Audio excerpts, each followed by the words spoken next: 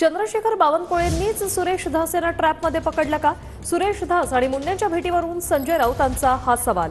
मुंडेंना फक्त 20 ते 25 मिनिटच भेटलो असा दावा धसांनी केलाय, तर बावनकुळेंनी 4.5 तास भेट झाल्याचं सांगितल्यानं माझ्याबाबत संभ्रम असं धस म्हणतायत।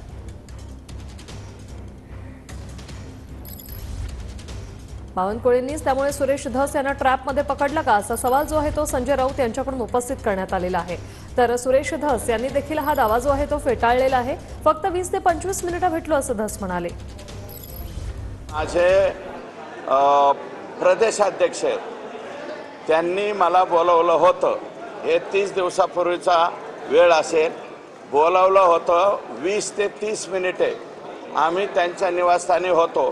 फक्त त्यांच्या तोंडून बोलता बोलता 4.5 तास हा शब्द कसा आला हे मी सांगू शकत नाही, या बाबतीत त्यांना आपण विचारावं। आणि एक आहे की 4.5 तास हा शब्द वापरल्यामुळं त्याच्यामध्ये मोठ्या प्रमाणात संभ्रम निर्माण झाला, हे मात्र खरं।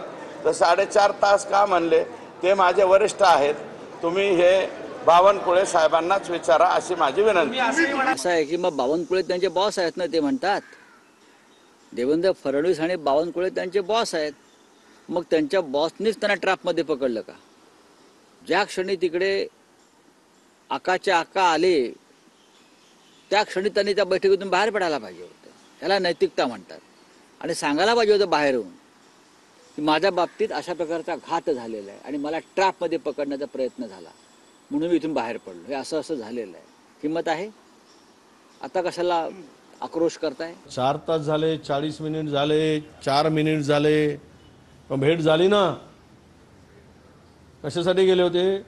एकमेकाचा पप्पी घ्यायसाठी गेले होते।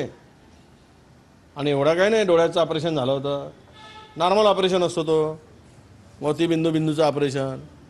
काय हार्टचा अटॅक होता, ब्रेन हॅमरेज होता, काय सिरियस होता?